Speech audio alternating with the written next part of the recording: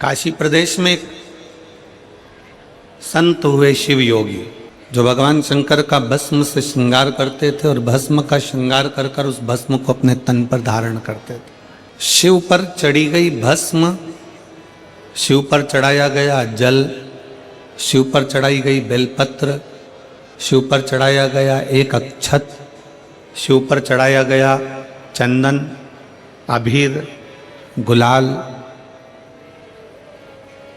शिव पर चढ़ाया गया पंचामृत, शिव पर चढ़ाया गया गाय का दूध। ये सभी जो भी सामग्री हम भगवान शंकर को समर्पित करते हैं केवल शिव को समर्पित नहीं करी गई है, समर्पित करने के बहाने हमारे जैसे जीवों का जो संपूर्ण संसार सागर में ना जाने कितना झूठ, कितना कपट, कितना छल, कितनी बेईमानी, कितना पाप, कितना असत्य कहीं ना कहीं मनुष्य की देह से हो जाता है, उस देह से मुक्ति का एक बिंदु है।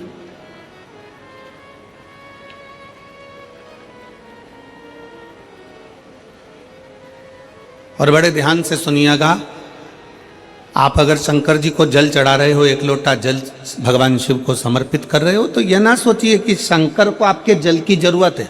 उसके ऊपर तो वैसे ही गंगा है, 24 घंटे बह रही है, उसको तुम्हारे जल की जरूरत नहीं है।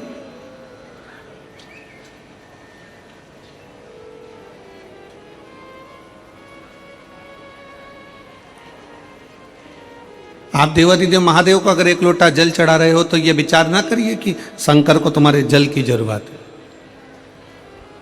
शिव जी को अगर एक बेलपत्र चढ़ा रहे हो तो यह विचार ना करिए कि शंकर जी को तुम्हारे बेलपत्र की जरूरत है। उसके पास में जगदम्बा, जगद्धात्री, दुर्गा, भवानी माता पार्वती विराजमान है, जो स्वयं बेलपत्र का एक स्वरूप है, आद्य शक्ति है।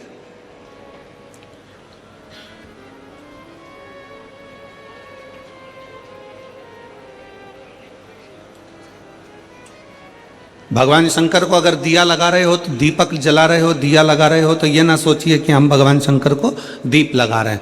उसको तुम्हारे दीप की जरूरत नहीं है, उसके मस्तक पर चंदा विराजमान है।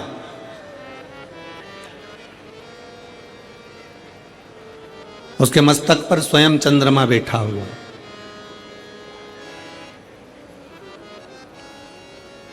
भगवान शंकर को तुमसे कुछ भी नहीं चाहिए, कुछ भी नहीं। आप अगर विचार करो कि मैं शंकर जी को जल चढ़ा रही हूं, शंकर जी को जल की जरूरत है नहीं है। जो जल आप शंकर भगवान को चढ़ा रहे हो, शिव को तुम्हारे जल की जरूरत नहीं है। शंकर जी को जो जल चढ़ा रहे हो वो जल की जरूरत तुमको है। जिस दिन तुम्हारा दुख का समय आएगा, तुम्हारा चढ़ाया गया एक लोटा तुम्हारे सामने आकर खड़ा हो जाए। जो तुमने भगवान को दिया है, जो तुमने भगवान को प्रदान किया है, जो तुमने भगवान को दिया है, एक लोटा जल जो तुमने भगवान शंकर को समर्पित किया है, वो एक लोटा जल किसी दूसरे के लिए नहीं किया है, तुमने अपने लिए किया। शंकर भगवान के पास में जो भस्म है, शिव जी के पास में जो बेलपत्र है, शिव जी के पास में जो चंदन है, शंकर जी के पास में जो बेलपत्र है, जल है, वो शिव का चढ़ाया गया एक एक सामग्री कोई साधारण नहीं होती, उसका बल बड़ा प्रबल होता है, बहुत प्रबल।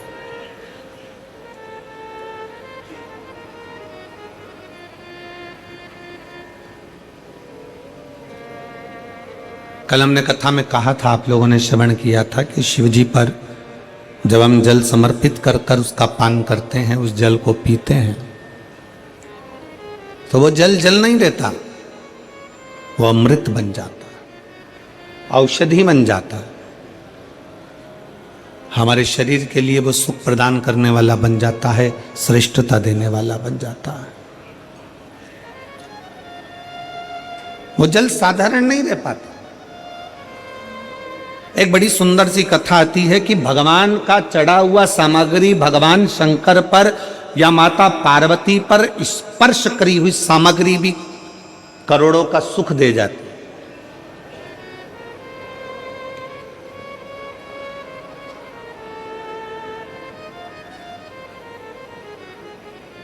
करोड़ों की संपदा दे जाता है।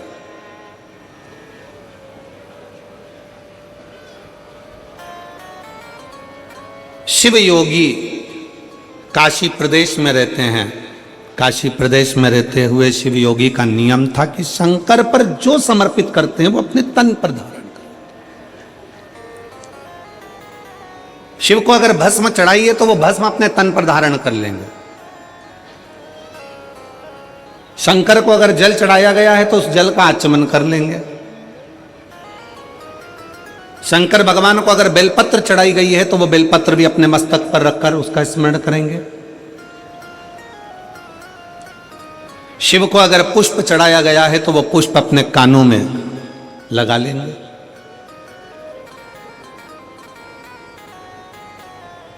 कभी कभी हम तो नहीं जानते, पर आप लोगों ने अगर स्मरण में हो तो हमने भी एक बार दर्शन किया है। आप लोग भी कभी शंकर भगवान के अगर फोटो को निकालोगे, गूगल पर सर्च करना शंकर जी के फोटो निकालना, बहुत सारे, तो उन फोटो में आप पाओगे, आप उन फोटो में दर्शन करोगे कि शंकर जी के कान में एक फूल, शिव जी के कान में कनेर का पुष्प खुसा रहता है। किस किसने देखा है? किसी फोटो में आप लोगों ने दर्शन करा होगा कि शिव जी के कान में एक पुष्प यहां लगा रहता है।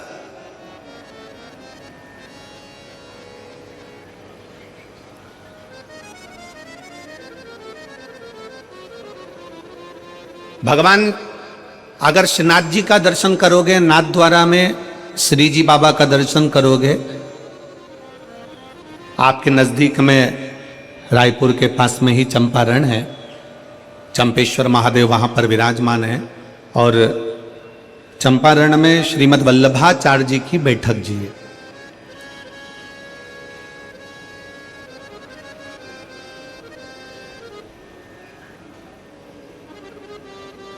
जिन्होंने पुष्टि मार्ग को प्रगटाया, ठाकुर जी के चरणों की सेवा सिखाई।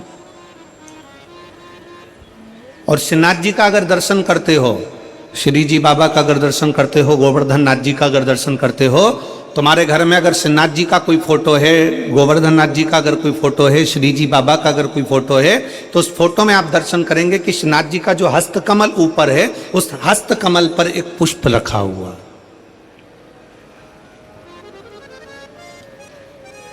एक पुष्प श्रीनाथ जी के हस्तकमल पर है, एक पुष्प शंकर जी के कर्ण पर। दोनों पुष्प साधारण नहीं है।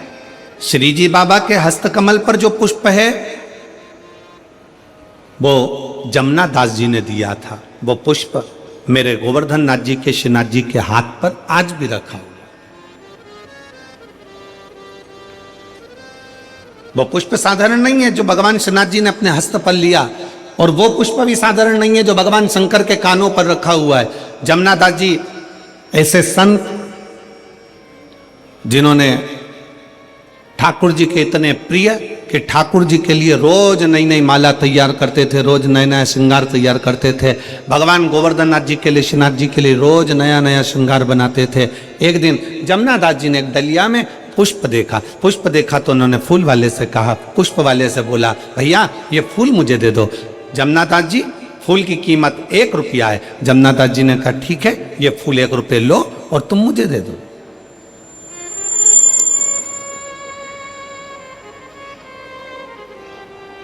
एक रुपया लीजिए और पुष्प मुझे दे दी। वहीं से नगर का राजा निकलकर जा रहा था जिसका नाम था यवनराज, और यवनराज ने देखा कि डलिया में बड़ा सुंदर फूल है। जमुना दास जी ठाकुर जी की हवेली जी जा रहे हैं, भगवान का दर्शन करने जा रहे हैं, तो फूल लेकर जाना चाहते हैं। और यवनराज एक वेश्या के यहाँ जा रहा था तो उसने देखा कि फूल बड़ा सुंदर है, वेश्या के सिर पर लगाऊंगा, जूड़े में सजाऊंगा, वेश्या बड़ी सुंदर लगेगी, खुश हो जाएगी। उसने रथ रोका, बग्गी रोकी और रोककर कहा, ए फूल वाले, फूल कितने का है? फूल वाले ने कहा, फूल 2 रुपए का है। होता है पैदल मूली लेने के लिए जाओगे पैदल टमाटर लेने के लिए जाओगे, पैदल आलू लेने के लिए जाओगे, पैदल हरी मिर्ची लेने के लिए जाओगे, पैदल गोभी लेने के लिए जाओगे तो 5-10 रुपए किलो मिल जाएगी। 2 व्हीलर से जाओगे तो उसकी कीमत थोड़ी सी बढ़ जाएगी, 4 व्हीलर से जाओगे तो उसकी कीमत दुगनी हो जाएगी। कीमत गाड़ी की है। पैदल गए 10 रुपए किलो मिल गई गोभी, 2 व्हीलर से गए 15 रुपए किलो मिल गई गोभी, 4 व्हीलर से गए 20 रुपए किलो मिल गई गोभी।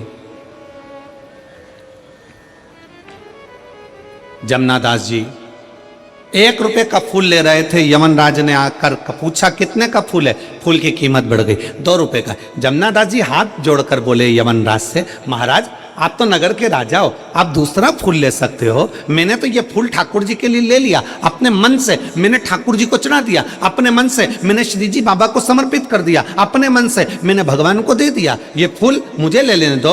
यमनराज ने कहा जमनादास फूल मैं लूंगा और वेश्या के जूड़े में जाएगा। जमनादास जी ने कहा ये फूल तो मैंने अपने मन से मेरे गोवर्धन नाथ जी को, मेरे कृष्ण को, मेरे श्री जी बाबा को मैंने समर्पित कर दिया, अब तो फूल मैं ही लूंगा। यमनराज ने कहा जमनादास समझ जा, तुम मुझसे कह रहा है कि फूल मैं लूंगा, फूल की कीमत मैं 2 रुपए देता हूं। फूल वाले ने कहा ले लो आप। जमनादास जी ने कहा पहले तो फूल मैंने 1 रुपए में लिया था, माली कहता अब 2 रुपए का है। जमनादास जी ने कहा फूल की कीमत 4 रुपए देता हूं, फूल मेरा है। यमनराज ने कहा फूल की कीमत 8 रुपए देता हूं। जमनादास जी ने कहा फूल की कीमत 10 रुपए देता हूं। यमनराज ने कहा फूल की कीमत 20 रुपए देता हूं, मैं नगर का राजा हूं, फूल मैं लेकर जाऊंगा। जमनादास जी कहते हैं फूल की कीमत में 40 रुपए देता हूं। यमनराज ने कहा फूल की कीमत 50 रुपए देता हूं। यमनराज ने कहा फूल की कीमत 100 रुपए देता हूं। यमनराज ने कहा फूल की कीमत 1000 रुपए। जमनादास जी कहते हैं फूल की कीमत 10,000 रुपए। जमनादास कहते हैं फूल की कीमत 10,000 रुपए। यमनराज कहते हैं फूल की कीमत 20,000 रुपए। जमनादास जी कहते हैं फूल की कीमत 50,000 रुपए।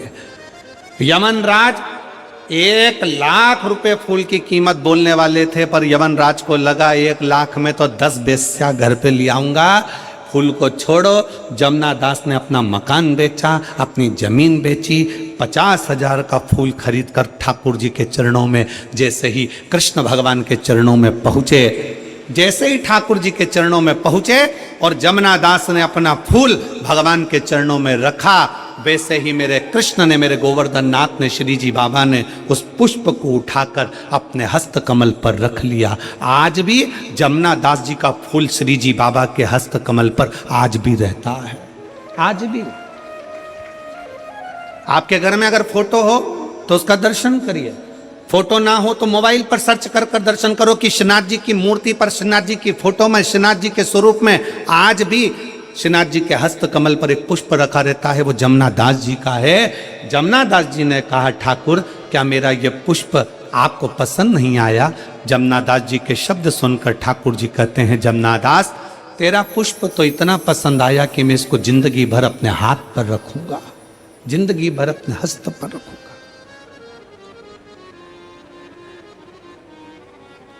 क्या था इस पुष्प में? इस पुष्प में कीमत नहीं है, इस पुष्प में दिल है, भाव है। वो तो जमनादास जी थे जो फूल की कीमत बढ़ा दी है। एक हम घर की मां कह देती है सुन बेटा आज पंडित जी पूजन कराने आएंगे, आज शिवरात्रि है, माला लिया बाजार से।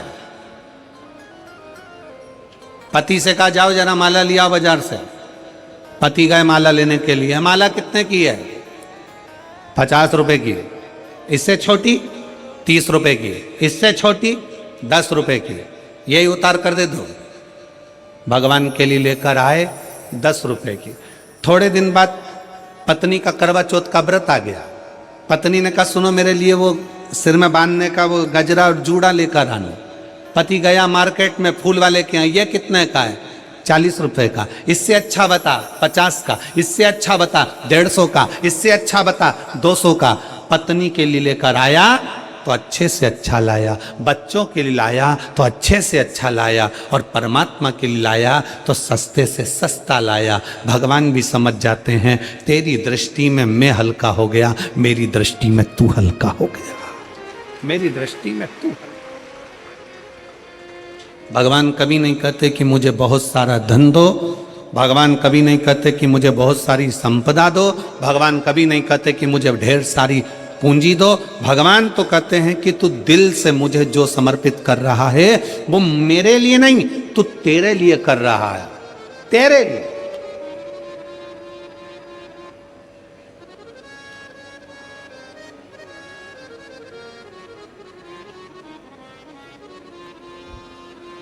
शिव योगी की कथा कर रहे,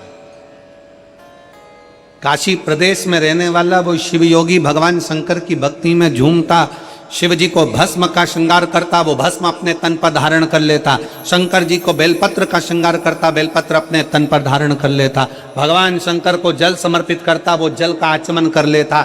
शिव योगी भगवान शंकर को जो समर्पित करता वो शिव का भाव से, भगवान शंकर का औषधि भाव से अपने ऊपर धारण कर लेता। भगवान का चढ़ा भगवान को समर्पित किया गया, कोई साधारण हो सकता है? हमने पहले भी एक बार कथा में कहा था, मेरी जीजियों से निवेदन है, मेरे जीजाओं से निवेदन है, मेरी बेटियों से बेटाओं से निवेदन है, कोई 500 रुपए की साड़ी लेकर आए, कोई 1000 रुपए की साड़ी लेकर आए, कोई 10,000 की साड़ी लेकर आए, तुम 200 रुपए की साड़ी लेकर आओ।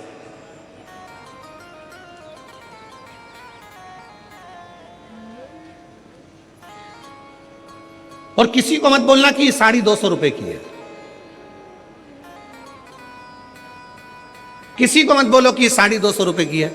वो साड़ी को तुम लाए, सबसे पहले उस साड़ी को उतार कर, उस साड़ी को उस पन्नी में से निकाल कर, उस पॉलिथीन में से निकाल कर, उस साड़ी को बैग में से निकाल कर, सबसे पहले माता पार्वती जी को, जो घर में तुम्हारे देवी हो, कुल देवी हो, कुल देवता हो, शंकर जी का शिवलिंग हो, गणेश जी की मूर्ति हो, ठाकुर जी हो, लड्डू गोपाल हो, जो तुम्हारे घर में, उनको अपनी वो साड़ी लाकर एक बार उन पे चढ़ा दो, उनको छुआ दो।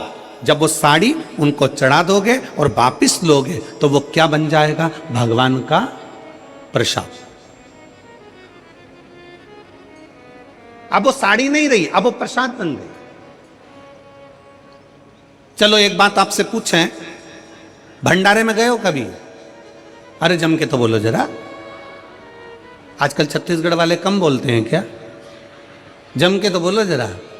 भंडारे में गए हो, सब्जी खाई है, वो सब्जी तुम घर में बनाकर खाओगे तो वैसा स्वाद आएगा क्या? नहीं। भंडारे की पूड़ी में, भंडारे की सब्जी में, भंडारे के चावल में, भंडारे के दाल में। और हम तो जजमान जी से भी कहेंगे, कमल देवांगन जी से, देवांगन जी यहां भी कथा में भंडारा चला रहे हो तो एक निवेदन है, कभी आप भी 7 दिन में एक दिन उसका प्रसाद पाकर देखना, वो शंकर का अमृतमय प्रसाद होता है, वो भंडारा प्रसाद, उसका भाव बड़ा शुद्ध होता है। कभी मौका मिले तो एक आध बार गुरु नानक देव जी के गुरुद्वारे में लंगर में जाकर देखना, कभी मौका लग जाए एक बार गुरु नानक देव जी का कहीं गुरुद्वारा हो और उस गुरुद्वारा का लंगर का प्रसाद चख कर देखना, उस प्रसाद की महत्वता को जानोगे कि लंगर जो हम चखते हैं उसका क्या है। कभी मौका लग जाए किसी सदगुरु के दरवाजे पर जाकर उस प्रसाद को पाकर देखिए, कभी मौका लग जाए तो कुबेरेश्वर धाम पर आकर जो खिचड़ी बाबा की मिलती है उस खिचड़ी का प्रसाद पाकर देखिए, कभी मौका लग जाए तो किसी संत साधु गुरुजन तपस्वी जन साधक उपासक के यहाँ जाकर उस तप बल से पकी हुई इस प्रसाद को पाए, उसका स्वाद देखिए। साड़ी वही है, 200 रुपए की साड़ी है, किसी को मत बताओ कि 200 की है, बस उसको ले जाके भगवान को चढ़ा दो, प्रसाद बन जाए। अब वो प्रसाद बन गई तो वो कीमत वाली हो गई, वो प्रसाद बन गई तो उसमें स्वाद आ गया, वो प्रसाद बन गई तो भगवान का स्वाद हो गया, स्वाद।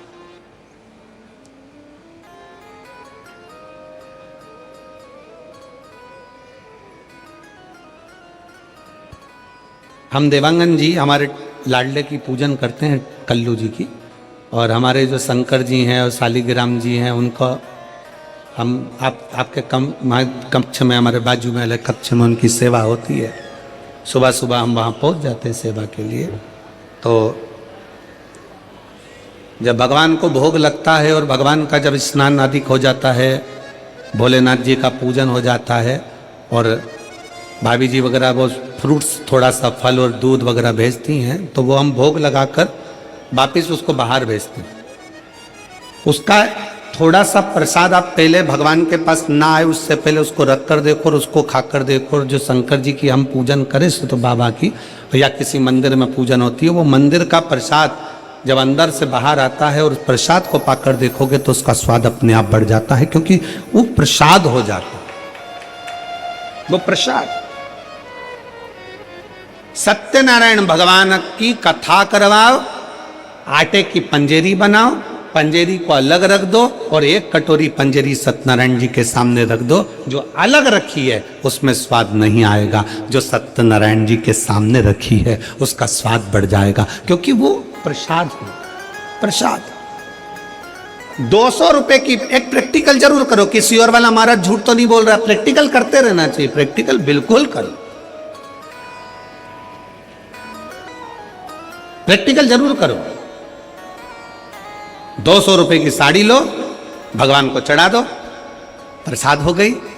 फिर उसको पहनो, पहनकर बाहर शादी में, पार्टी में, तुम्हें जहां जाना हो वहां जाओ।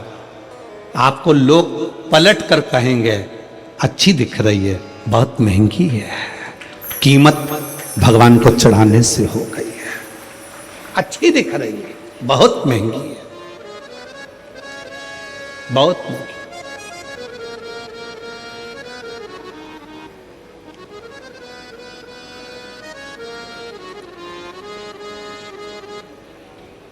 और तेरा ही दिया मैंने खाया पिया है, तेरा शुक्रिया है, तेरा शुक्रिया है। मुझे भोले बाबा ने बहुत दे दिया है, तेरा शुक्रिया है, तेरा शुक्रिया है, तेरा शुक्रिया है, तेरा शुक्रिया है। ये जायदाद दी है, औलाद दी है, ये जायदाद दी है, औलाद दी है। मुसीबत में हर वक्त इमदाद दी है, मुसीबत में हर वक्त इमदाद दी है। तेरा ही दिया मैंने खाया पिया है, तेरा शुक्रिया है, तेरा शुक्रिया है। मुझे भोले बाबा ने बहुत दे दिया है, तेरा शुक्रिया है, तेरा शुक्रिया। एक साधारण से साधारण वस्तु की भी कीमत है अगर शंकर को समर्पित हो गई। साधारण सी वस्तु,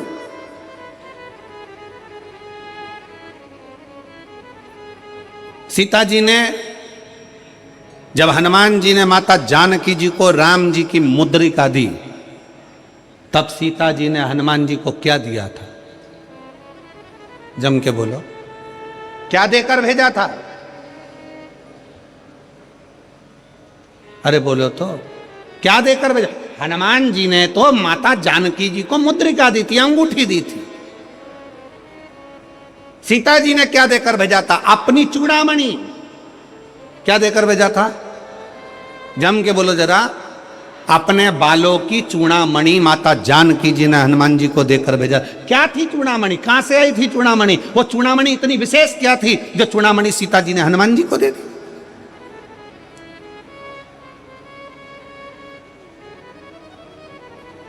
पूरे आभूषण माता जानकी जी का जब रावण हरण कर कर लेकर जा रहा था तो सीता जी आभूषण फेंकती फेंकती जा रही थी। रामचरितमानस में लिखा है, जानकी जी आभूषण फेंकती फेंकती जा रही हैं। चूड़ामणि माता जानकी हनुमान को दे देती है कि राम जी को दे देना। कहां से आई चूड़ामणि? वो चूड़ामणि में ऐसा क्या था, वो चूड़ामणि में क्या था जो माता जानकी जी हनुमान जी को देखते समय, विदा करते समय चूड़ामणि दे देती? क्या था वो चूड़ामणि? साधारण नहीं थी। जब मंथन किया गया देवता और राक्षसों ने मिलकर, समुद्र मंथन करा, मंदराचल सुमेरु पर्वत की रई बनाकर, शेषनाग की नेति बनाकर जब मंथन किया, मंथन में रत्न निकले, माणिक मोती औषधि सब कुछ निकले। फिर रतन में लक्ष्मी जी प्रकट हो रही थी, उससे पहले एक देवी और प्रकटी थी।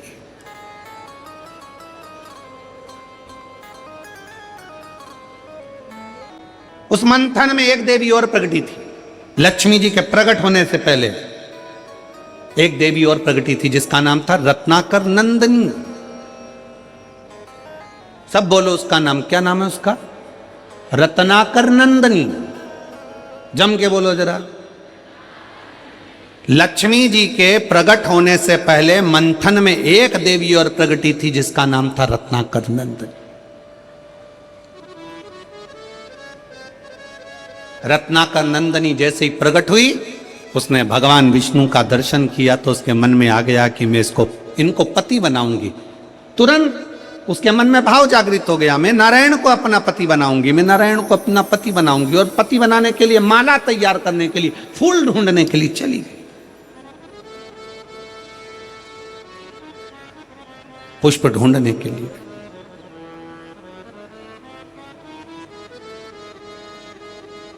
और रत्नाकर नंदिनी जब फूल ढूंढने के लिए गई, इतनी देर में मंथन में प्रकट हो गई माता महालक्ष्मी।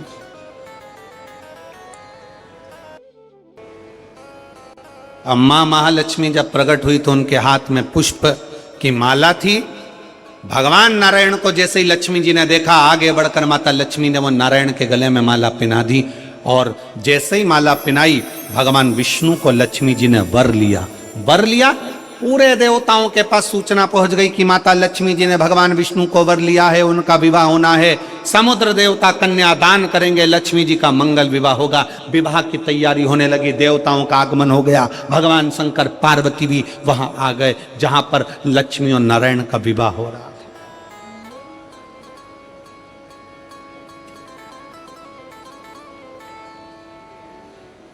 पहुंच गए।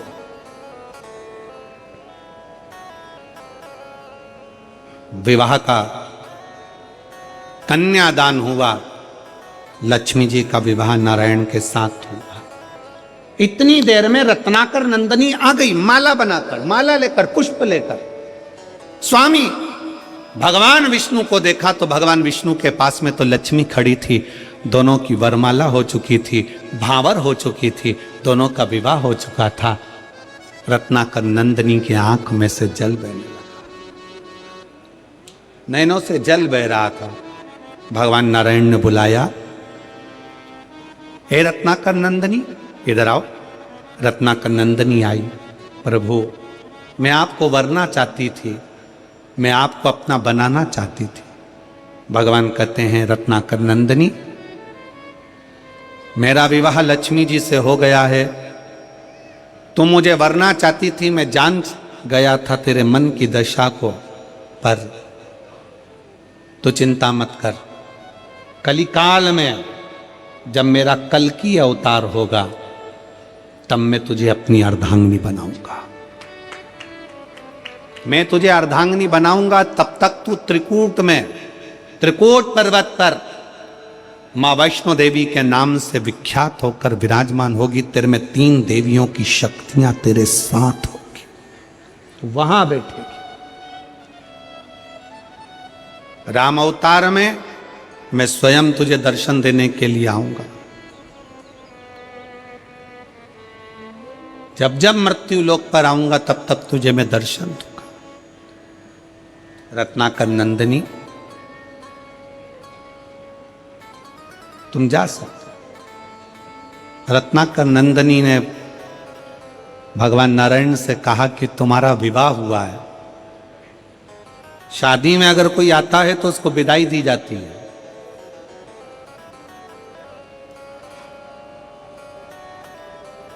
शिव महापुराण की कथा में अगर कोई आता है तो उसको जजमान विदाई नहीं देता। शिव महापुराण की कथा में अगर कोई आता है तो भगवान शंकर उसको आखिरी दिन विदाई देकर भेजते हैं। इसीलिए शिव महापुराण का छठा दिन शिवरात्रि मानी जाती है और 7वें दिन विदाई मानी जाती है। तो भगवान शंकर उसकी झोली में खुशियां देकर भेजते हैं।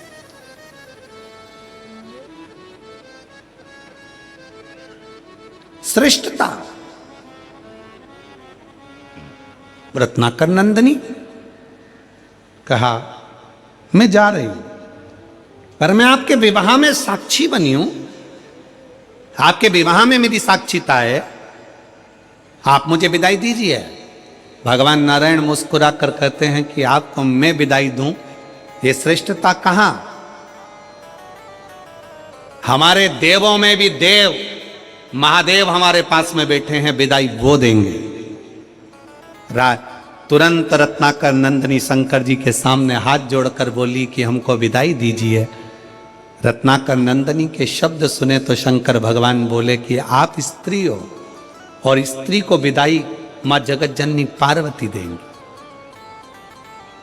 पार्वती जी ने शंकर जी को देखा और देखकर मुस्कुरा कर कहा कि मैं क्या दूं इसको, मेरे पास तो फूल के जेवर हैं, मेरे पास कोई गोल्ड नहीं, हीरा नहीं, चांदी नहीं, सोना नहीं। सारे देवी देवताओं के पास में, सारी देवियों के पास में सोने चांदी के हीरे पन्ना के जेवर होंगे, पर मेरे शंकर भगवान की धर्म पत्नी माता अर्धांगिनी माता पार्वती के पास हीरा मीरा नहीं, क्योंकि शंकर भगवान तो खुद कोहिनूर हीरा है और जिसके पास मिल जाते हैं तो उसको हीरे की जरूरत ही क्या पड़ती है। मेरे पास तो खुद कोहिनूर हीरा मेरा शिव है।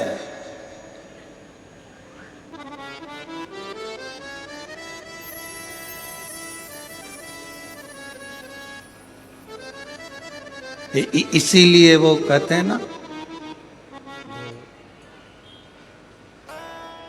जो नाम शिव का लेवे भोले जी दर्शन देवे, भोलेनाथ ब्यूटीफुल।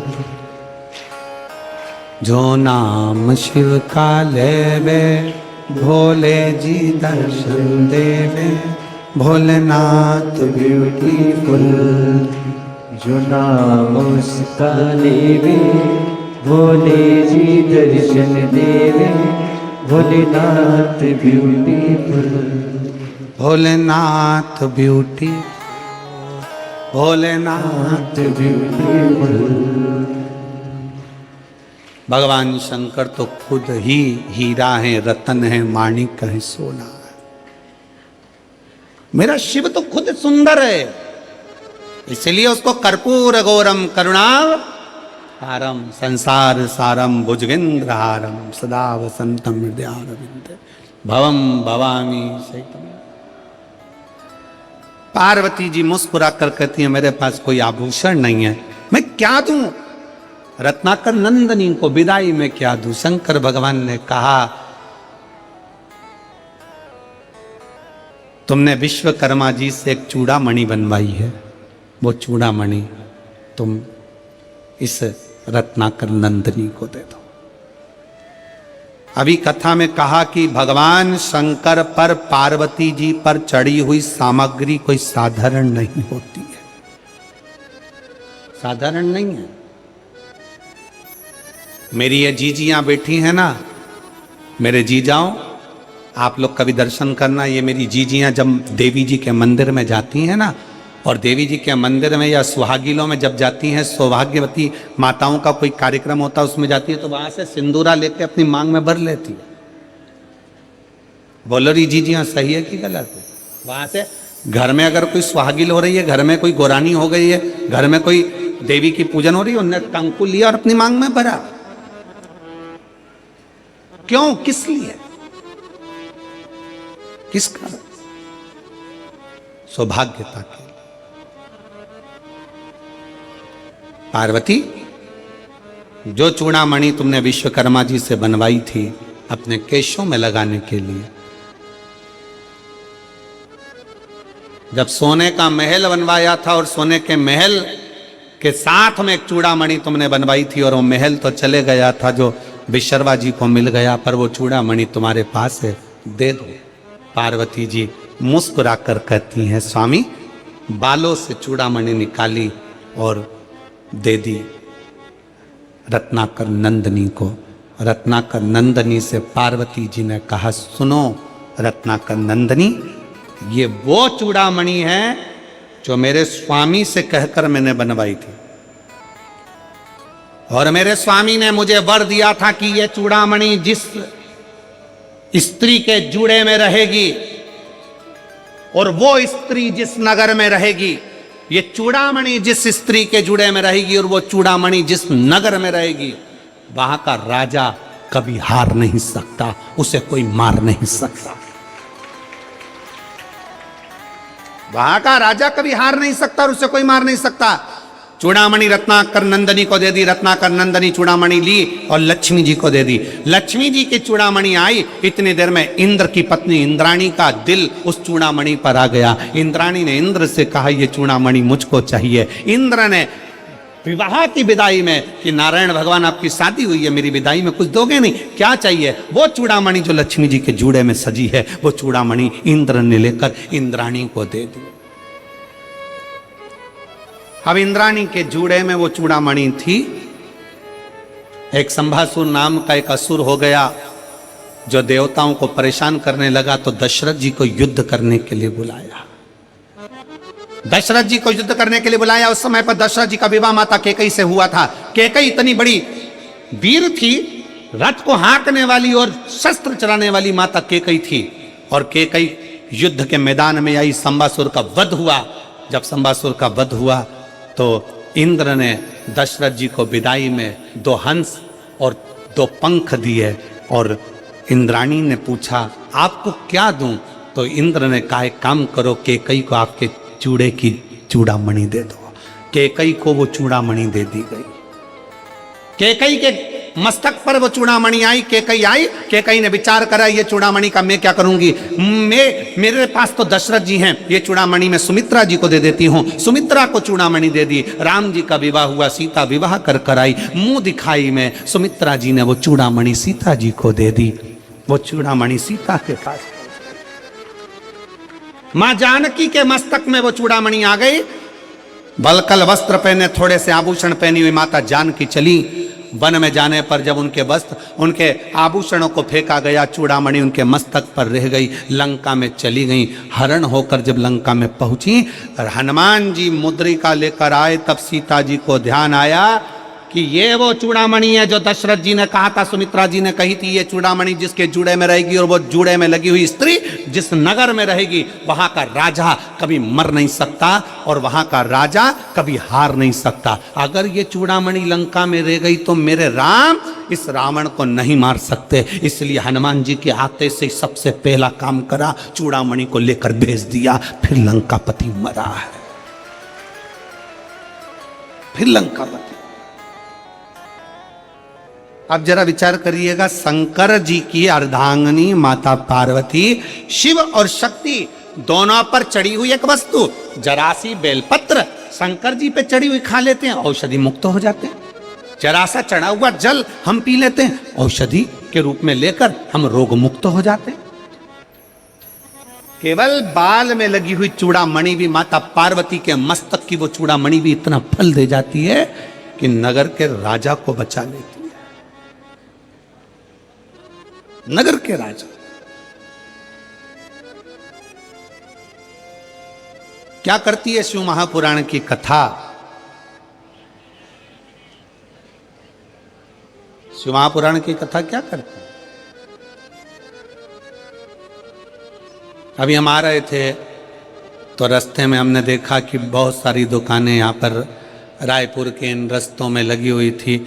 लाल कलर का कपड़ा पहने हुए बच्चों की ड्रेस में पुतला होन और उसके ऊपर टोपी, बहुत सारे कपड़े बिक रहे थे। कोई कुछ बेच रहा था, कोई कुछ बेच रहा था। हमने पूछा हमारे पीएसओ से कि ये आज क्या बिक रहा है, तो कहा गुरुजी आज वो लोग लेते हैं बच्चों को पहनाने के लिए। तो हमने कहा बताओ दुनिया कहाँ चली गई। अगर भारत की भूमि पर किसी को पहनाना है तो वीर शिवाजी के कपड़े पहना दो। भारत की भूमि पर पहनाना है तो इस महाराणा प्रताप के कपड़े पहना दो। भारत की भूमि पर अगर पहनाना है तो अपने बच्चों को वीर शिवाजी, महाराणा प्रताप, झांसी की रानी, माहिल्याबाई बना दो। पर अपने बच्चों को ऐसे कपड़े पहना के जोकर मत बनाइए जिससे उनकी हंसी उड़ जाए। सनातन धर्म की साख को मजबूत करिए, सनातन धर्म की साख को प्रबल बनाइए और सनातन धर्म को मजबूत करने का प्रयास करिए। अपना धर्म छोड़कर किसी दूसरे धर्म में जाकर झूठन मत खाइए, भले अपनी यहाँ रूखी सूखी हो वो खाइए। अपने घर का खाओ, रूखा सूखा जैसा भी। और घर की रोटी के आगे कोई रोटी अच्छी लगे क्या जी जी? अरे बोलो तरी मेरी छत्तीसगढ़ की बहनों, ओ मेरे जी जाओ, अपने घर की रोटी क्या। तुम कहीं की भी होटल में चले जाओ, 5 स्टार होटल में चले जाओ, कहीं पर भी घूमने चले जाओ, कितने भी एसी के कमरे में ले लो, कितने भी अच्छे डनलप के गद्दे पर सो लो, 15 दिन 20 दिन 1 महीने में तुम्हें तुम्हारे घर की याद आएगी। कितनी भी तुम मटर पनीर खा लो, पालक पनीर खा लो, चाहे तुम दुनिया भर की सब्जी खा लो, बगर मगर जो भी हो तुम्हारा, वो क्या बोलते हैं उसको, मीन चाउमीन और कुत्ता नहीं कोत्ता, हाँ मोमोज, हाँ जो भी तुम्हें खाना है सब खा लो। पर कितना ही खा लो, उसके बाद भी तुमको 8-15 दिन में याद आएगी कि मेरी मम्मी के हाथ की मुझे रोटी याद आ रही है, मेरी पत्नी के हाथ का भोजन याद आ रहा है। बस वही तुम दुनिया में थोड़ी बहुत चमक ममक इधर उधर की देख के चले जाते हो दूसरे धर्म की ओर, सनातन धर्म को छोड़कर दूसरे धर्म की ओर चले जाते हो, थोड़ी सी चमक देखी और बढ़ जाते हो ना। सनातन धर्म से बड़ा कुछ नहीं है। अपने सनातन को बचाने के लिए तो गुरु नानक देव जी ने अपने बाल तक बढ़ा लिए थे, जटा तक बांध ली थी कि सनातन को मजबूत रखूंगा। रक्षा के लिए धर्म रक्षा बहुत जरूरी है, सनातन रक्षा बहुत जरूरी।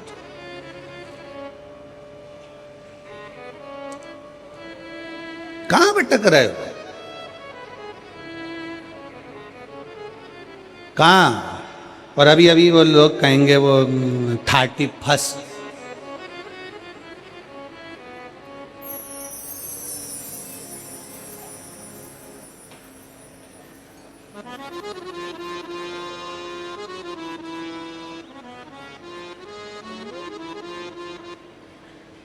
वो कहेंगे लोग वाग हैप्पी न्यू ईयर। कुछ नहीं हुआ, केवल कैलेंडर बदला, तुम तो जैसे थे वैसे की वैसे ही रह गए। क्या मतलब? जब बसंत बदले, मेरे भारत की भूमि की हरियाली बदले, जब आपके चेहरे की रौनक बदले और आपका दिल प्रफुल्लित हो, वो चैत्र का महीना, तब मालूम पड़ता है कि नया वर्ष आया है। तब मालूम पड़ता नहीं।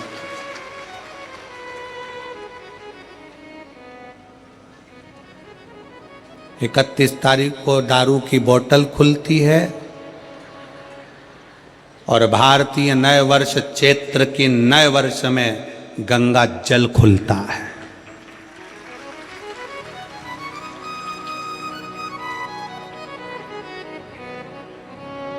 अंग्रेजी नए वर्ष 31 को लोग पी के गटर में मिलते हैं और चैत्रीय नव वर्ष में, सनातनी नव वर्ष में लोग मंदिर और शिवालय में मिलते हैं। और मेरा भारतवासियों से निवेदन है, मेरे देशवासियों से निवेदन है, मेरे सनातनियों से निवेदन है, आप 31 मना रहे हो, मनाओ, हमारी तरफ से छूट है। पर याद रखना, उस 31 के दिन भी मैं खाने में मदिरा की दुकान पर नहीं, कुबेरेश्वर धाम और महाकाल की भूमि पर जाइए। हमारे रायपुर के कोई शंकर के मंदिर है, राम मंदिर है, चंपारण का चंपेश्वर महादेव है, और छत्तीसगढ़ के जो प्राचीन शिवालय हैं वहां जाइए। महाराष्ट्र के कोई प्राचीन शिवालय है वहां जाइए।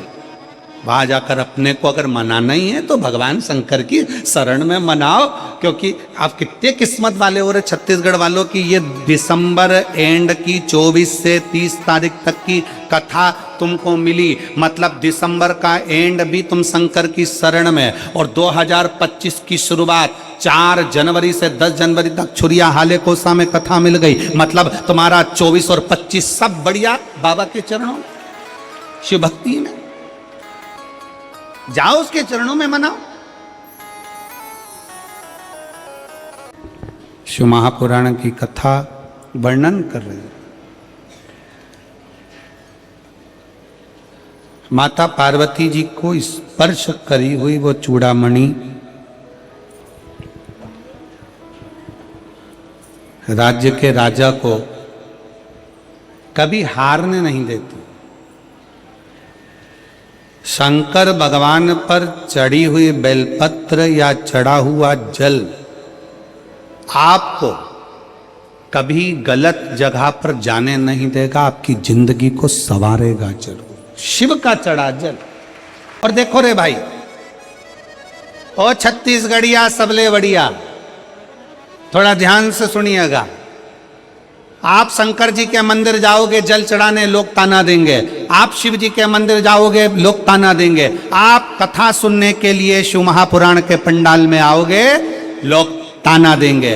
आप होटल में खाने जाओगे, कोई ताना नहीं देगा। आप मदिरा का नशा करोगे, लोग खुश होंगे, बर्बाद हो जा।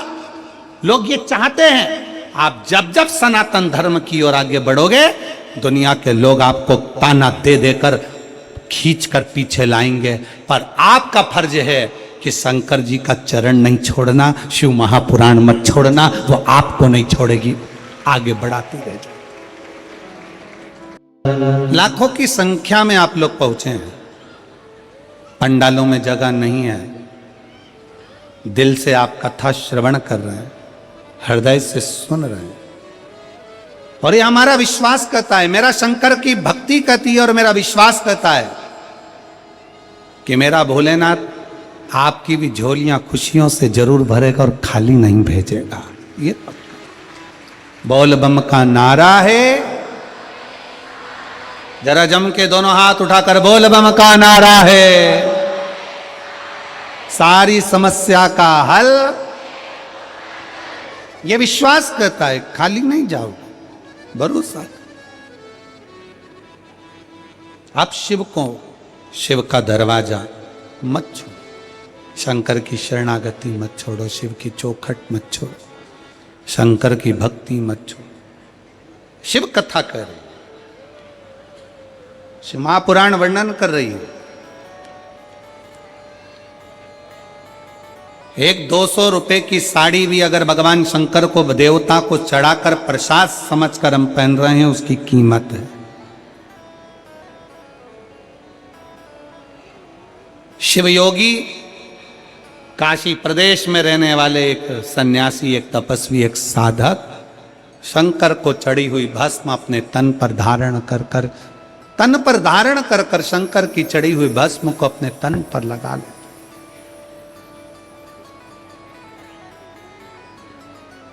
तन पर। हमने आपको एक बात कही थी कि अपने घर के दरवाजे पर श्री शिवाय नमस्तुभ्यम लिख दो। अपने घर के दरवाजे पर श्री शिवाय नमस्तुभ्यम लगा दो, चिपका दो। गाड़ी हो, घोड़ा हो, जो है आपके घर में, बाइक है, 4 व्हीलर है, ट्राली है, ट्रैक्टर है, सब पर लगा। उसका फल क्या मिल सकता है, उसका फल क्या प्राप्त हो सकता है? एक पत्र है,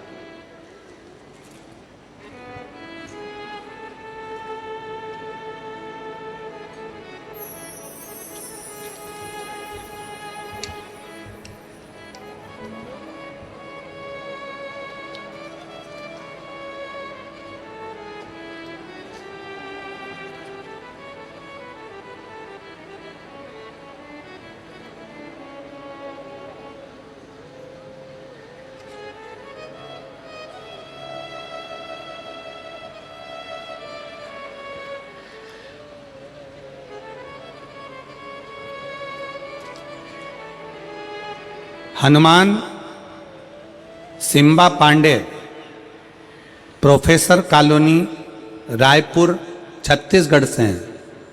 कहीं बैठी हो तो हाथ हिला सकती हैं। आप ही हैं?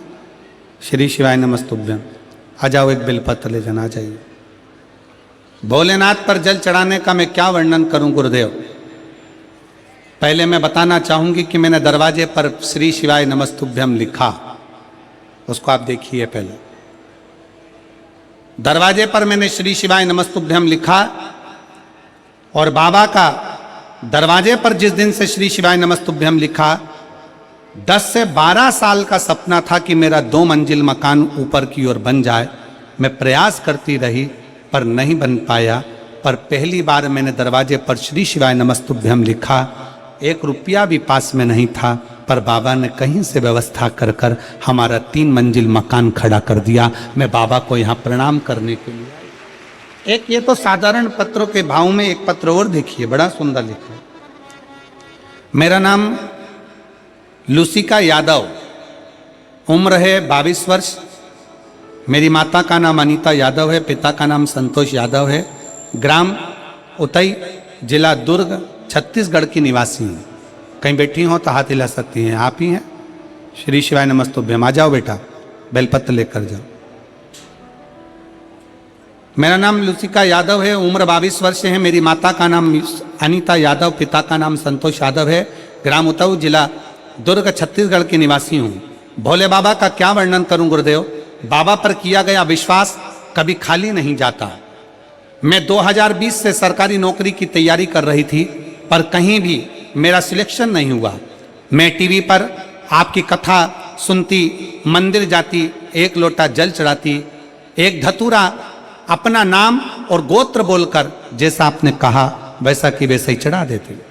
आप कहते हो गुरुदेव कि अपनी कैपेसिटी से ज्यादा चौगनी मेहनत करो। आप कहते हो अपनी कैपेसिटी से ज्यादा चौगनी मेहनत करो। मैंने 25 से 31 जुलाई 2024 को भिलाई, छत्तीसगढ़ की शिव पुराण की कथा 7 दिन पंडाल में बैठकर सुनी। और पंडाल में बैठकर कथा तो सुनी, साथ में एक विश्वास इस बेटी का दिल का, भरोसा इस बेटी के हृदय का, दृढ़ता इस बेटी के हृदय का।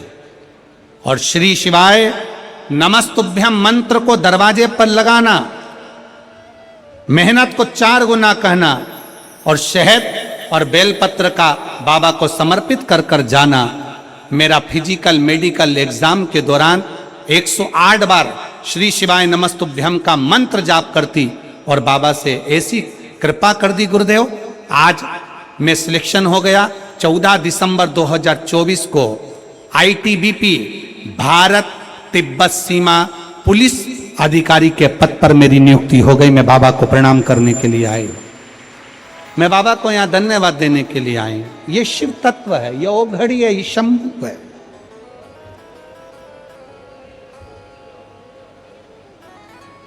आप लोग कथा श्रवण करने के लिए बैठते हो, लोग कहते हैं गुरुजी क्या मिलता है।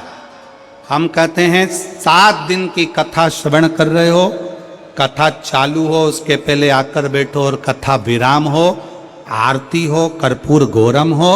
जैसे ही आरती पूर्ण हो तब तक आप कथा का रसतत्व अपना आसन लगाकर अपनी व्यवस्था से बैठकर शिव को अपने दिल की बात कहकर आप जब यहाँ से जाते हो तो मेरा भोलेनाथ अकेला नहीं भेजता, मेरा शंकर आपके पीछे स्वयं चलकर वर देने के लिए आता स्वयं।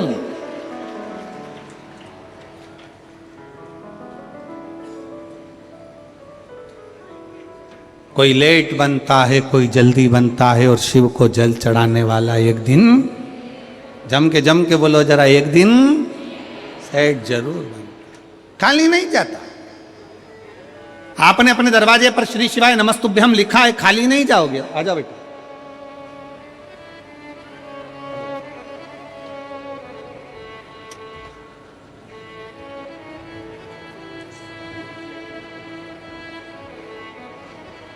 लुसिका यादव, बधाई बाबू, आपको बहुत बहुत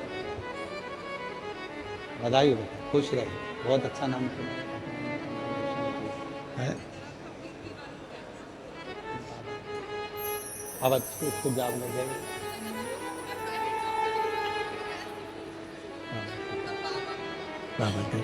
बेटी कह रही है मैं एक बार हिम्मत हार गई थी और प्राइवेट जॉब की तैयारी करने लगी थी, पर कथा सुनी, सोचा एक बार पंडाल में जाकर बैठती हूँ, सुना है कि पंडाल में मुराद पूर्ण होती है। चली गई कथा सुनने के लिए, 7 दिन पंडाल में रहकर कथा सुनी। प्राइवेट जॉब ढूंढने में लग गई थी, पर मुझे उम्मीद नहीं थी कि मेरा भी इतना बड़ा सिलेक्शन हो जाएगा। बाबा ने कृपा करी। बधाई बधाई बधाई बधाई बधाई। शिव तत्व। और खाली ना जाता कोई, सब बोलिए, दर से तुम्हारे खाली ना जाता कोई, दर से तुम्हारे मैं भी खड़ी हूँ नंदी बाहें फसाए, अपने हृदय लगा लो लगा लो गिरा जा रहा हूँ, उठा लो उठा लो भोले अपने दर से अब तो ना टालो, गिरी जा रही हो, उठा लो भरोसा करो शिव पर।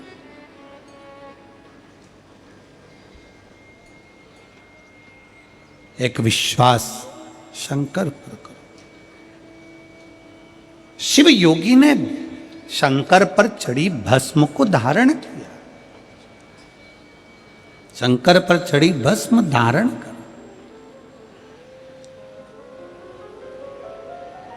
जब व्यक्ति तप करता है ना,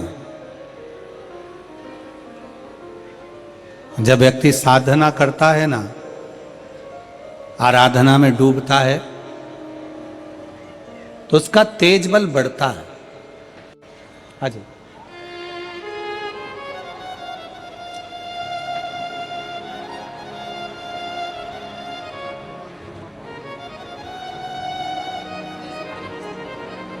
बधाई आपको।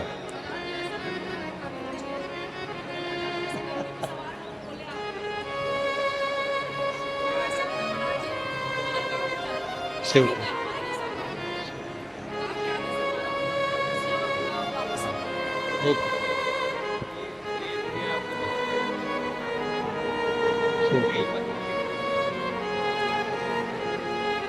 Hanuman Shimpa Pandey, professor colony Raipur. दीदी कह रही हैं कि श्री शिवाय नमस्तुभ्यम जब से दरवाजे पर लिखा है तब से बाबा ने खाली नहीं छोड़ा, उन्नति की ओर बढ़ाते ही चले जा रहा है, बढ़ा रहा। शिव तत्व है।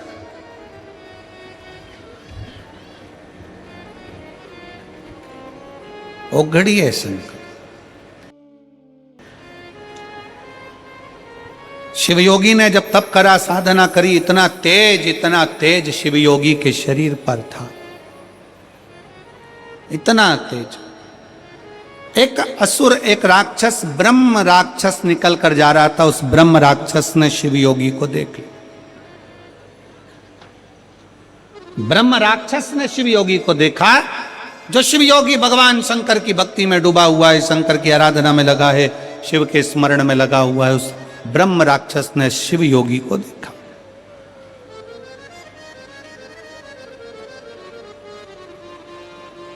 और शिवयोगी को देखकर ब्रह्म राक्षस उसको खाने के लिए उसके पास में गया। पर ब्रह्म राक्षस को यह नहीं मालूम था कि जो शिवयोगी तप साधना में लगा है वो भगवान शंकर की भस्म को चढ़ाकर अपने तन पर धारण करता है। उसको यह नहीं मालूम था कि शिवयोगी भगवान शंकर पर चढ़े हुए जल का आचमन करता है, जल पीता है, उसको यह नहीं मालूम था कि शिव योगी भगवान शंकर पर चढ़ी हुई बेलपत्र का पान कर कर मस्तक का उसका स्पर्श करता है।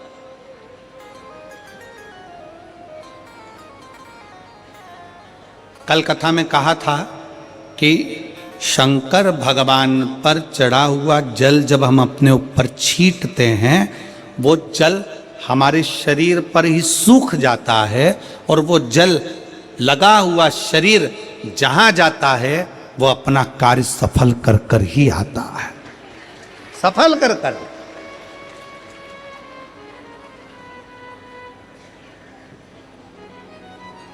शिव महापुराण में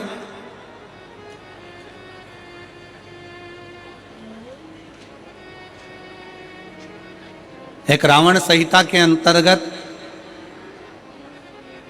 4 तिलक का वर्णन आता है। थोड़ा सावधानी से सुनिएगा। 4 तिलक का वर्णन रावण संहिता के अंतर्गत आता है और अथर्ववेद में भी कुछ वृक्षों की फल पत्ती का वर्णन आता है, उसका भी स्मरण इस कथा के माध्यम से। पहले नंबर का तिलक होता है सफेद आंकड़े की जड़ का तिलक। सफेद आंकड़े की जड़ का तिलक। सफेद आंकड़े की जड़ देखिए, आप लोगों ने सफेद आंकड़े का पुष्प देखा है? हम आस्था चैनल वालों से भी निवेदन करेंगे कि कथा में जिस जिस तिलक का वर्णन किया जाए उसके पौधे का दर्शन भी कराएं, जिससे लोगों को मार्गदर्शन मिले कि कौन सा पौधा बोला जा रहा। सफेद आंकड़े की जड़ का तिलक। और यही सफेद आंकड़े की जो जड़ होती है संतान प्राप्ति के लिए तुमरुकेश्वर का नाम लेकर कमर में लाल धागे में बांधा जाता है, जैसा आप लोग पहले कथाओं के माध्यम से श्रवण कर चुके। एक होता है पहले नंबर पर सफेद आंकड़े की जड़ का तिलक। ये क्या काम आता है और किस लिए लगाया जाता है? तो शिव महापुराण की कथा कहती है, जिस दिन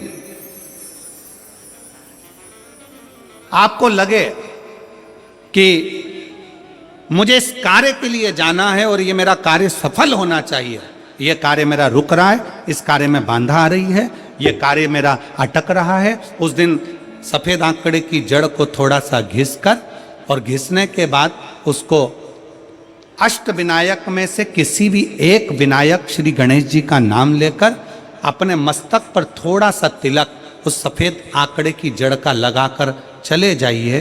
वो कार्य आपका सफल होकर ही रहेगा, भले 8 दिन लग जाएं, 10 दिन लग जाएं, पर सफलता उस कार्य में मिलती जरूर। पहले नंबर पर आता है सफेद आंकड़े की जड़ का तिलक। दूसरे नंबर पर अपामार्ग की बीच का तिलक।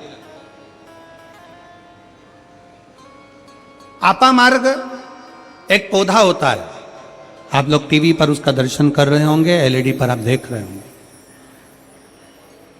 अपामार्ग की जड़ का अर्थात अपामार्ग का जो पौधा होता है उसका जो बीज होता है, जैसे आप ऊपर लगा हुआ देख रहे हैं, इसमें बीज लग रहा है, पौधे को आप लोग देख रहे होंगे टीवी पर, एलईडीओ पर, एलईडी भी चल रही है, एलईडीओ पर भी देख रहे होंगे कि ये अपामार्ग का जो पौधा होता है ये आपको आपके घर के आसपास में कहीं पर भी मिल जाएगा, जंगल में मिल जाएगा, आपके घर के पास लगा हुआ मिल जाएगा, ये हर कहीं लग जाता है। अपामार्ग का जो पौधा होता है, इसका जो बीज होता है, इसका जो फल होता है, फल में जो बीज होता है, इस बीज को सुखा लिया जाता है, सुखाकर इसको पीस लिया जाता है और पीसकर इसको जहां पर भगवान शंकर का शिवलिंग है, शिवलिंग का जल बहकर जहां से नीचे गिरता है, उसको समझ लें, थोड़ा सा आप लोग ध्यान में आ जाएगा आप लोगों के।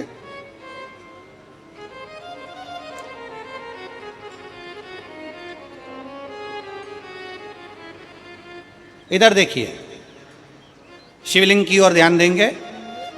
यहां जो व्यासपीठ के सम्मुख में शिवलिंग बना है, यह शिवलिंग, और शिवलिंग के सामने से जो जल बहकर जो जल नीचे की ओर आ रहा है, शिवलिंग के सामने से जल बहकर जो नीचे की ओर आता है, ये जो भाग होता है, इस भाग पर अपामार्ग का जो बीज होता है सूखा हुआ, जिसको आपने पीसा है, उसको यहां लगा दिया जाता है, उसी को वापिस लेकर आया जाता है और उस बीज का जो चंदन होता है जिसको अपन पानी में मिलाकर सिर पर लगाते हैं, कोई व्यक्ति आपका अगर धन लेकर चले गया, कोई व्यक्ति आपकी संपदा लेकर चले गया, कोई कार्य आपका बहुत दिन से कोर्ट में अदालत में चल रहा है, लगभग 1 महीना इसका तिलक लगाना चालू कर दीजिए, दूसरे महीने में आपका धन आपके घर पर जरूर आएगा और आपका कार्य पूर्ण जरूर। अपामार्ग का बीज का चंदन तिलक, अपामार्ग का तिलक हमें सुख प्रदान करता है। तीसरे नंबर पर होता है दुर्वा। क्या बोलते हैं इधर छत्तीसगढ़ में, दुर्वा बोलते हैं कि घास बोलते हैं? जो गणेश जी को चढ़ाते हैं दुर्वा, दुर्बी, ठीक है। टीवी पर आप लोग देख रहे हैं, दर्शन कर रहे होंगे। दुर्वा, दुर्बी, जिसको छत्तीसगढ़ में दुर्बी कहते हैं, दुर्वा कहते हैं, जो गणेश जी को चढ़ता है, दुर्वा। अब आप सबको स्मरण में तो होगा कि दुर्वा कहाँ से प्रकट हुई है। तो शिव महापुराण की कथा में विष्णु पुराण को अगर हम अध्ययन करें तो विष्णु पुराण का स्मरण करेंगे या कूर्म पुराण को पढ़ेंगे तो उसमें मिलेगा कि भगवान जब सुमेरु पर्वत को मंथन के लिए रखा गया था, तब वो पर्वत नीचे दबता जा रहा था, तब कच्छप भगवान अपनी पीठ पर उस पर्वत को धारण करे थे। कच्छप भगवान जब पीठ पर धारण करे तो समझ लो भगवान नारायण की जंघा पर ही वो पर्वत रखा हुआ था, जिसको घर्षण किया जा रहा था, घर्षण किया।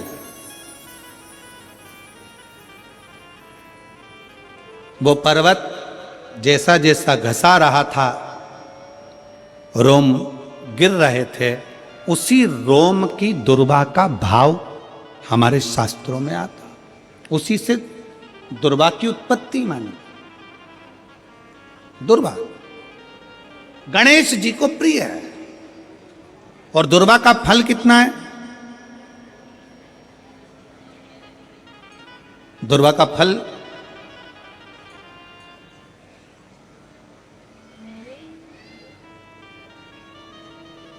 जब एक असुर ने उत्पात मचाया और गणेश जी के पास सूचना गई तो गणेश जी ने उस असुर को निगल लिया था।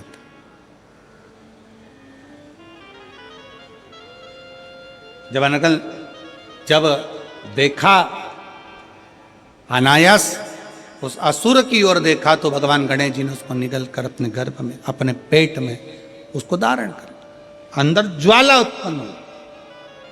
भगवान शंकर ने एक दुर्वा गणेश जी को दी, उन्होंने पाई, अंदर बैठा हुआ असुर समाप्त हो गया।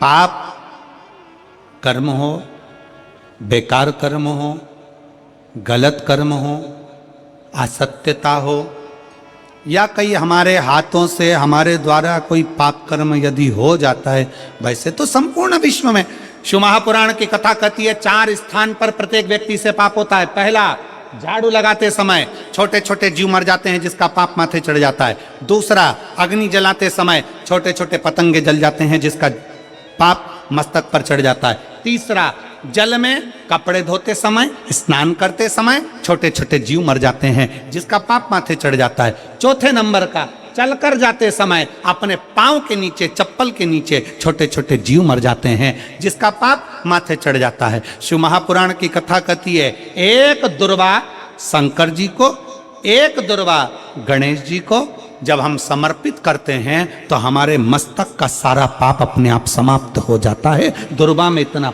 तेज हो, दुर्वा। और शिव पुराण कह रही है तीसरे नंबर का तिलक है दुर्वा का। दुर्वा का तिलक, दुर्वा को चढ़ी हुई जब छोटी सी दुर्वा लेकर उसको सूखने के बाद भस्म बनाकर शंकर को चढ़ाकर उस भस्म को लाकर मस्तक पर यदि तिलक लगाया जाए, उस दुर्वा का तिलक यदि मस्तक पर लगाया जाए,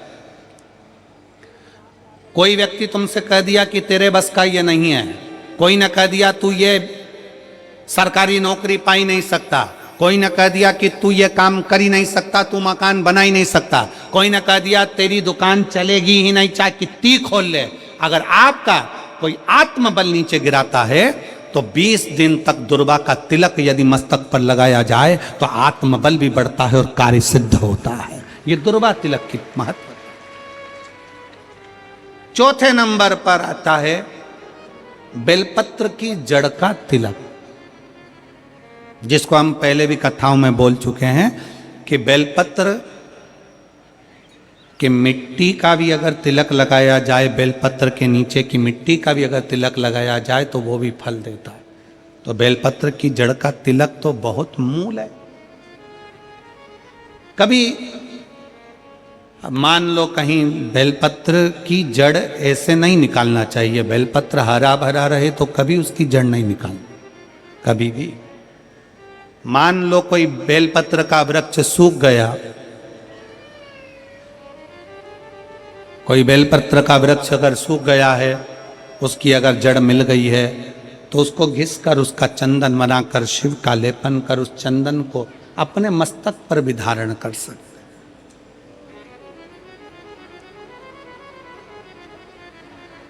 क्या होगा उससे? तो कहा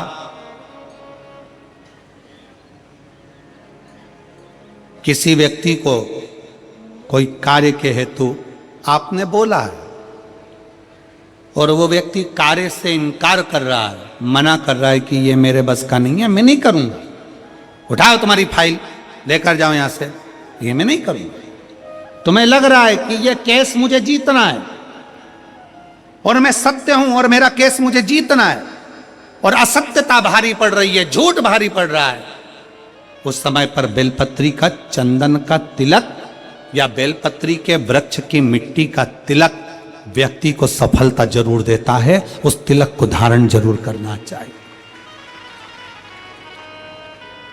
उस तिलक को जरूर धारण। बेलपत्र का तिलक, बेलपत्र की मिट्टी का तिलक, बेलपत्र के वृक्ष के नीचे बैठकर करा गया भजन, बेलपत्र के वृक्ष के नीचे बैठकर करी गई साधना, बेलपत्र के वृक्ष के नीचे बैठकर करी गई आराधना हमें फल प्रदान करती। और मैं संपूर्ण देशवासियों को इसके लिए बहुत बहुत साधुवाद देता हूँ, बहुत बहुत बधाई देता हूँ कि जब वृक्षारोपण कराया जाता है विठले सेवा समिति द्वारा, सारे शिव भक्त अपने अपने क्षेत्र में बेलपत्री का पौधा लगाते हैं और बेलपत्री के वृक्ष को बड़ा करते हैं। उसके लिए आपको साधुता देते हैं। साधु अपने जीते जी अपने जीवन काल में प्रयास जरूर करो कि बेलपत्री का पौधा जरूर लगाया जाए, क्योंकि जब हम भोले बाबा के भगवान शंकर के चरणों में जाएं तो शिव कृपा करें, शिव करुणा करें।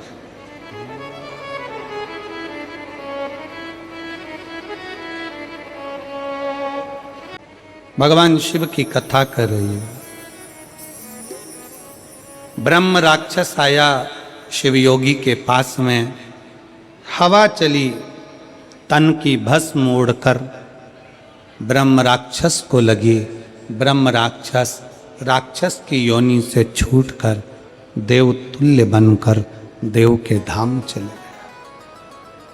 शंकर भगवान के चढ़ी हुई बेलपत्र भस्म जल हमारे शरीर से लगकर भी अगर किसी के शरीर को छू जाता है तो उसका कल्याण हो जाता है,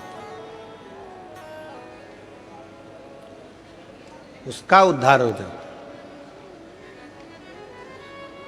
और मैं तो देवांगन जी आपको धन्यवाद देता हूं कि ये 2024 के विराम पर जो आपने कथा करवाई है, ना जाने कितने जीवों का कल्याण कर दिया है। बहुत बहुत साधुवाद है आपको, बहुत बहुत साधुवाद। उसके लिए साधुता है आपको, बहुत बहुत धन्यवाद। ये शिव कृपा से, ये शंकर की कृपा से, शंकर की उदारता से, शंकर की करुणा से होता।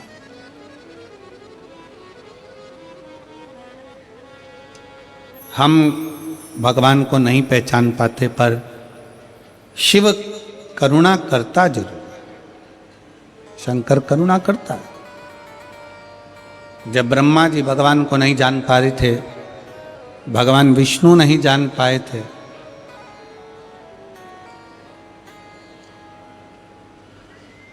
तब ब्रह्मा जी को सृष्टि की रचना का भार देने के लिए, सृष्टि की रचना का क्रम समझाने के लिए, सृष्टि की रचना का क्रम दिखाने के लिए स्वयं शंकर भगवान अर्धनारीश्वर का रूप धर लिए। हमारे बीच में अर्धनारीश्वर भगवान पधार रहे हैं। एक बार जोरदार ताली बजाकर उनका स्वागत वंदन।